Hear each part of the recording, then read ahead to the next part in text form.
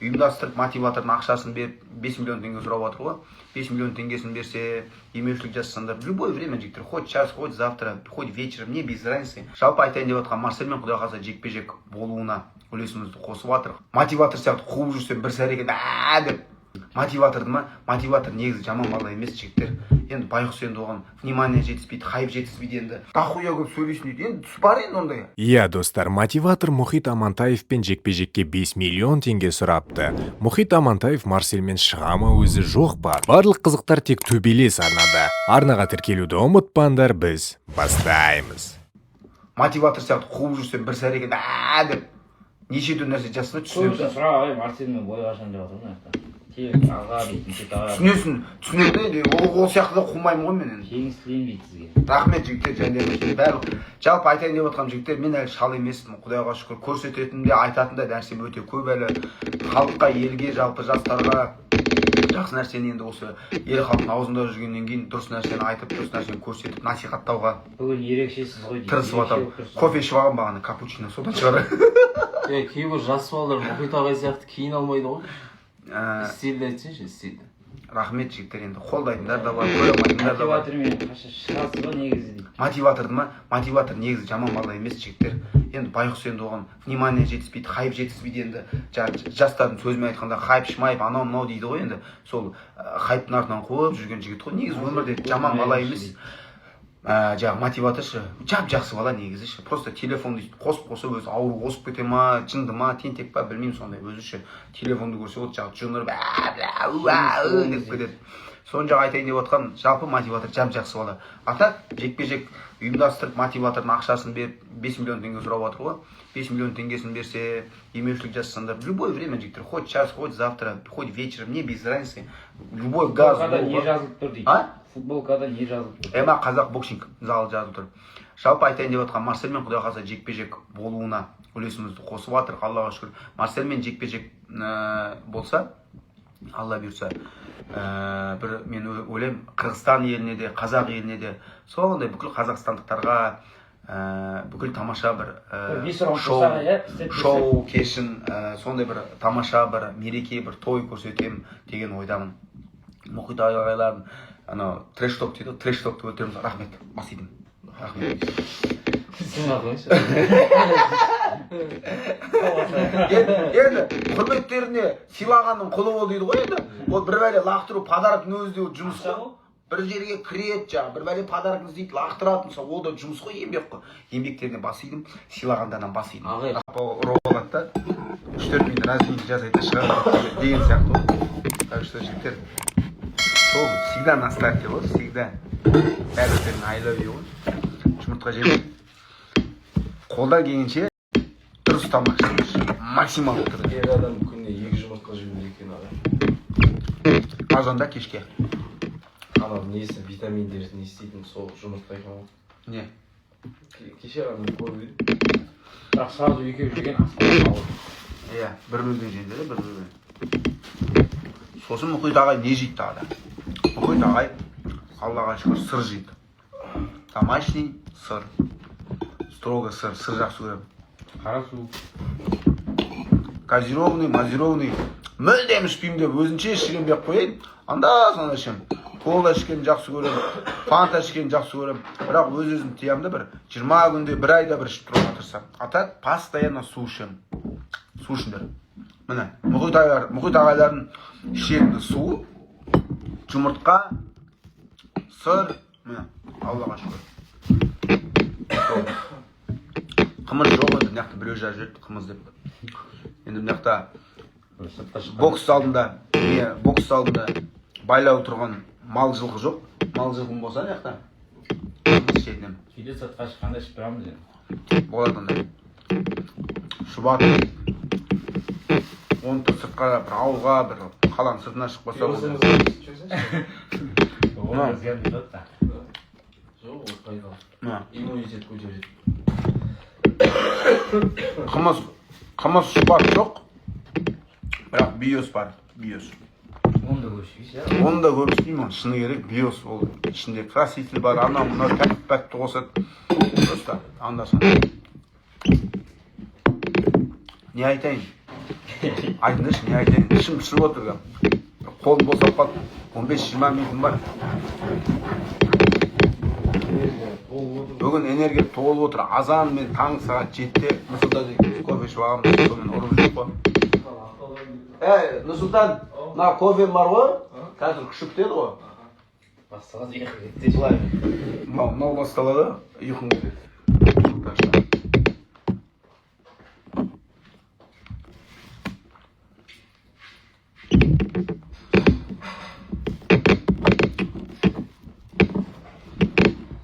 Жәндерім,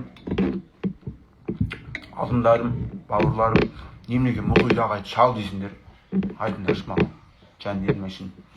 39 жас, неужели мен шалмын? Айтыңдаршы. Мен түсінбеймін, Коля, мен немеге шал дейді. 39-дан ғой, мен 79-да емеспін ғой. 79-да болса, мен атам бар. Жасы атам болғанда қайын атам ғой. 81-де. Өзін шал деп жүрген жоқ, Аллаға шүкір. Ағаймен келіп бір түрге өпсек көзінде. Бетіп жүреді да. 81-де. Мен 39-дан мені шал дейді. Не обидно, жігіттер. Шын айтамын, бар ғой, жаман болам. 40 жасар не дейді? 40 жасқа келді. 39 жастам, сонда 39-да мен немеге шал дейсіңдер? Мен шал емеспін әлі. Мен көрсететінім де, айтатыным да әлі сендерге көп әлі. Қайда әлі? Адамға байланысты. 39-да мені шал дейді. Мен отырайын да шал болып, ондай дейді. Несі жақсы? Неужели мен сендерге жаман нәрсе көрсетіп, жаман нәрсені сендерге айтып жүрмін? Неужели? Шал болып отырайын, 39-да шал болыңдар. Іштен істемеді деп жүрейін онда, солай. Наоборот, несіз ғой? 39 жастағы жас боласыз ғой? Вот. Нұрсұлтан, энергия бәрі бар да. сондан беріп жатырмын ғой. Қайта энергичный болыңдар. Жүректерің жас болсын, әдемі болып жүріңдер, сұлу болып жүріңдер.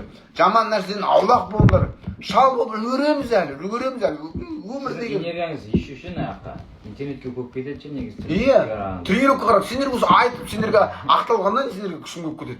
25 жастағы шалдар бар мысалы. Олардың бітіп қалған да. Соларды көріп алып айтып жатқан ғой. 39 жастан шалсың. Мен шал емеспін әлі. Құдайға шүкір. Күнделікті жаттығудың арқасында, күнделікті тәртібінің арқасында, өзім жаман нәрседен, жаман нәрсе ішуден, жаман нәрсе сөйлеуден, жалқаулықтан тартқан, өзімді артқа itергеннен арқасында, жақсы нәрсеге алдыға қарай өзімді itергеннен арқасында, Аллаға шүкір 39 жасында бір 25 жасар патсан бала сияқты әлі. Өзім сөйтіп ойлап қалдым, дұрыс па? Шашым қайылып тұр. Міне қарай, осыдан кеш. Міне 25 жаста бөпемін. Міне 25-те. Міне 25-те. Менде сағал мұртта жоқ қой менде. Мен қырнамын күніге. Міне 25-те. 25-тесің ба? 27-те. Мен 39-дам. Кетіп ады астында. Не дейсіңдер? Немеге мен шал дейсіңдер? Баш кетші бар. Мынау шал ғой, мынау шал. Бөпе десеңізші. Бөпе шал. Энергия вообще тасып жатыр ғой. Қараңдаршы, шашты қарасаңдаршы, шашты. 18 болып көрінеді дейді сізде. 18, анау шалға дейші. жоқ, қарашы, шашты қарашы мысалға, салғалейкуссалам, салғалейкуссалам, Мұхаммед пайғамбарымыздың өзі айтты ғой енді, кешірсін енді, имандар айтады ғой, біз Құран анау оқығанымыз. Жауап беру керек. Дұрыс айтайын деп отқаным, мысалы айтайын деп отқаным. Пайғамбарымыз өзі салғалейкуссалам айтады ғой, әдемі жүріңдер, көрікті болыңдар, жақсы сөйлеңдер, жақсы нәрсені көріңдер деп айтады ғой, әдемі сұлу, таза жүріңдер, сымбат пайғамбарымыз Аллахтың сүйікті пендесі мысалы бізге айтқан соны. Не білемін, басыма бір бәле жүріп қалды. Не білемін? Пайғамбарымыз ғой саллаллаху алейхи вассалам. Пайғамбарымыз айтқан. Пайғамбарымыз рахмет жандермеш, рахмет. Подаркаларыңа рахмет. Пайғамбарымыздың өзі айтқан, әдемі болып жүріңдер, сұлу болып жүріңдер деп. Немеге артқа осы шайтан айтқанын істеп рахмет тақ подарка. Өздерің немеге артқа сүйрейсіңдер? Немеге? Әдемі болып жүрмейсіңдер ма? Тақуя көп сөйлейсің дейді. Енді тұс бар енді ондай. Әр адамның өзінің розычкалап Ағай қыздарды аласыз ба бокс? Алам, келіңдер. Қыздар барлықтан жазыңдар, келем деп қойшы. Алам дейді. Ойбай. Тақуя көп сөйлейсің деп біреу жазып жүрді. Енді әр адамның өзінің кемшілігі бар ғой енді. Әр адам өзінің кемшілігі бар. біреудің артықшылығы бар, дұрыс па? Мен кейбірсін сол шығар енді, действительно шал сияқты көп мылжыңдап сөйлейтін бар енді. Енді ол сөйлегенім болмаса, сендер де мені жақсы көрмейтіндеріңдер. Сол сөйлегенім, Розочка, рахмет. Бас иdim. Соны айтайын деп жатқаным, мұхит ағайларымды осы сөйлегеніне жақсы көріп отырсыңдар ғой, сөйлегеніне қолдап отырсыңдар, дұрыс па, жандерім әшейін. Әлемді өзгерткің келсе, өзіңнен баста дейді. Вот сендер айтасыңдар, мына жағы біреу жазып жүріпті. Боқтап мағаншы. Рахмет, бас идім. Соны жаңа айтайын деп отқан, жаман нәрсе жазбай қайта, мұхит ағай, кішкене болса да аз сөйлесеңіз бола ма деп жазып болады ғой. Дохуя көп сөйлейді деп мен мысалға жаман көрінеді ғой. Жаман көрінеді да мысалға.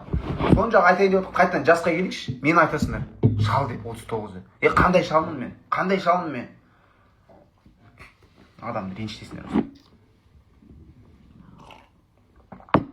Жаман адамды не қыласыңдар?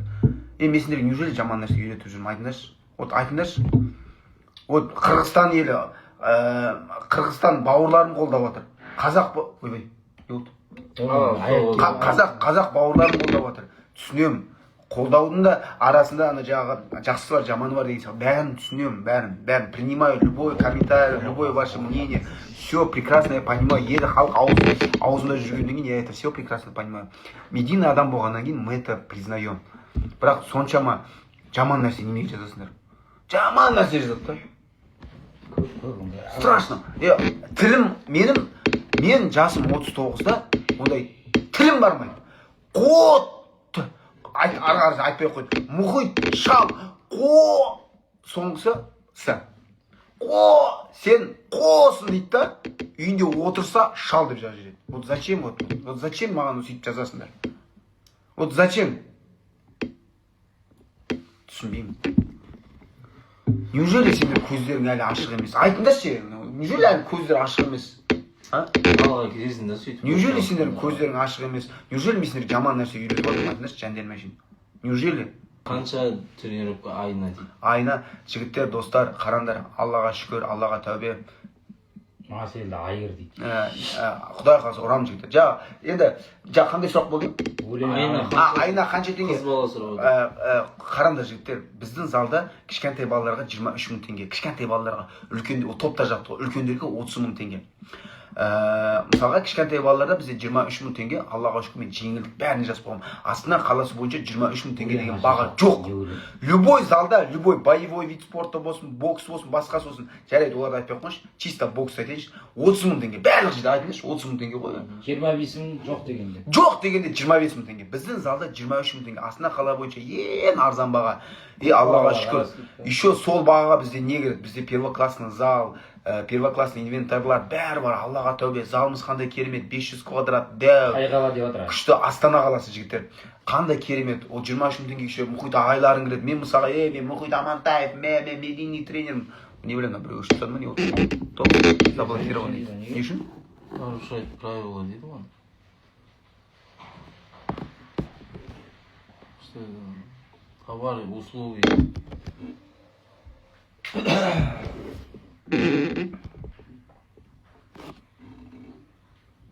Неге бір определенный бір уақытқа шамадан ашасыз ғой. Сон жалпы айтайын деп жатқан бәріне мынау тиктокта отырған ғой, соны тикток жағы прямой эфирін жауып тастапты да, соны не жатқанымыз ғой, сұрап жатқанымыз ғой. Не айтып жатыр, миым ашып кетті. Баға 23 мың теңге. Мысалға мен айтсам болды, мұхит ағай ойбай, мұхит ағайға Аллаға тәубе, такой-то тренер, такой-то анау мынау, мен бағам мысалы 40 мың, 50 мың деп қойып қойсам да болады да, жарасады да маған. Бірақ енді Аллаға шүкір, енді ақшаның дүниенің құлы емеспіз. Қаншама дегенмен көп адамдарға ақшасы барлары болсын, ақшасы жоқтар болсын, бәріне қол жетімді болсын деп, сонда 23 мың теңген бағаны қойып қойдық. Оның ішіне еще не кіреді? 23 мың теңге еще оның ішіне скидкасы көп. Ойбай, скидкасын айта алмаймын мен жігіттер. Скидка бізде не кіреді? Скидка мысалы көп балалы ата-аналар бар, 4 баласы бар, 5 баласы бар, оларға жеңілдік бар. Бірден 2 бала туған ағайынды келіп жатса, оларға жеңілдік жасап қойғанмын. Одан басқа біреу келеді, менің мамам жоқ, біреу келеді, папам жоқ дейді. Оларға тегін абонемент жасап қойғанбыз. Жалпы сенікі ма? Соны жалпы айтайын деп жатқаным, бауырлар ағайындар бәріне сондай жеңілдік жасап қойғанбыз, Аллаға тәубе. Мен өтірік айтпасам, біздің залда енді 50% демей қойшы, 30%-тей бізде тегін келеді.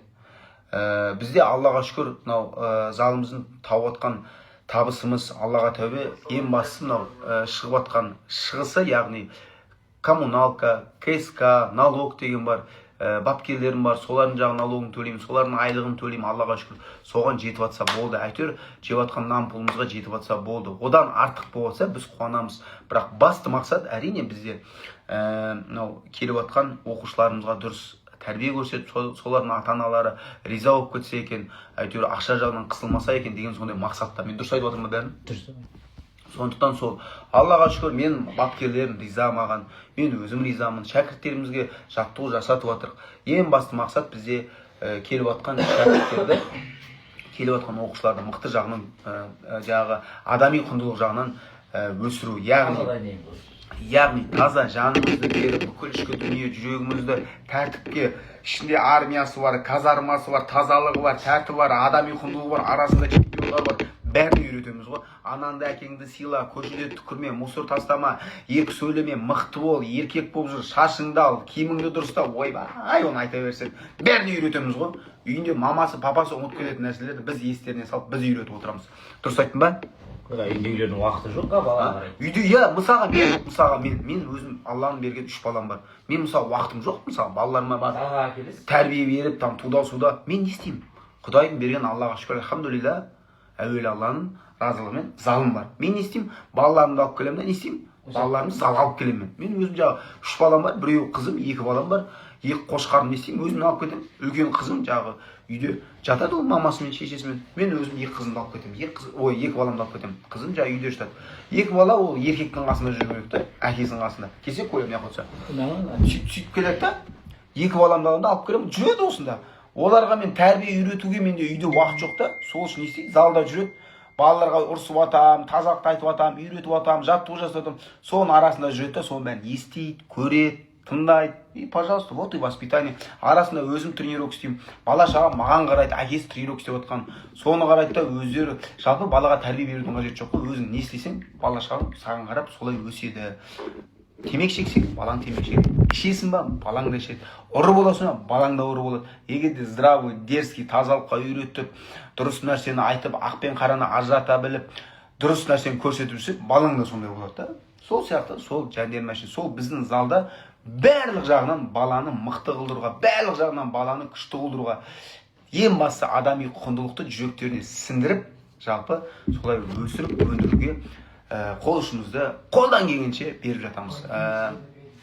Ертеңгі еліміздің жастары, болашағымыздың жастар, қазақ еліміздің, соны жастарға максималды түрде дұрыс қарау керекпіз. Ең басты сол білім, одан кейін барып спорт, денсаулық. Бала мықты болып өсу үшін ол не істеу керек? Спортпен айналысу керек, дұрыс тамақтану керек.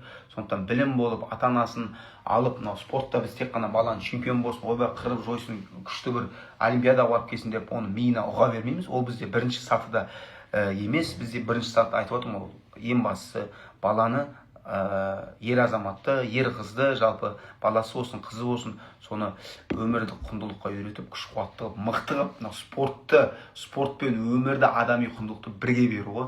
Міне бірінші фактор, анасын әкесін үмітін ақтау деген сияқты. Сосын екінші сатыда бізде, конечно, чемпион шығару. Чемпиона сделать. Ассаламу алейкум, қырғыз елім. Азыркы шырдама жалғақта жүрөбүз. Доч чаржерді айдап алып. Мындай окуя болду да. Азыр заправкаға кирдим. Бенза деген заправкаға. Билесиңер, Бенза деген заправканы. Кирип 100 жанагындай 100-дүктөн полный бак кылып бергилечи десем, уже безин өчүп калды эле. 100-дүктөн полный бак кылды дагы. И камерадан администратор көрүп калыптыр, Марсель акчасын жөн эле кой дейт да. Мисалы, мына мелочный нерсе болсо да, мына жүрөгүңө сон мына приятный да, и дух аласың мынакей.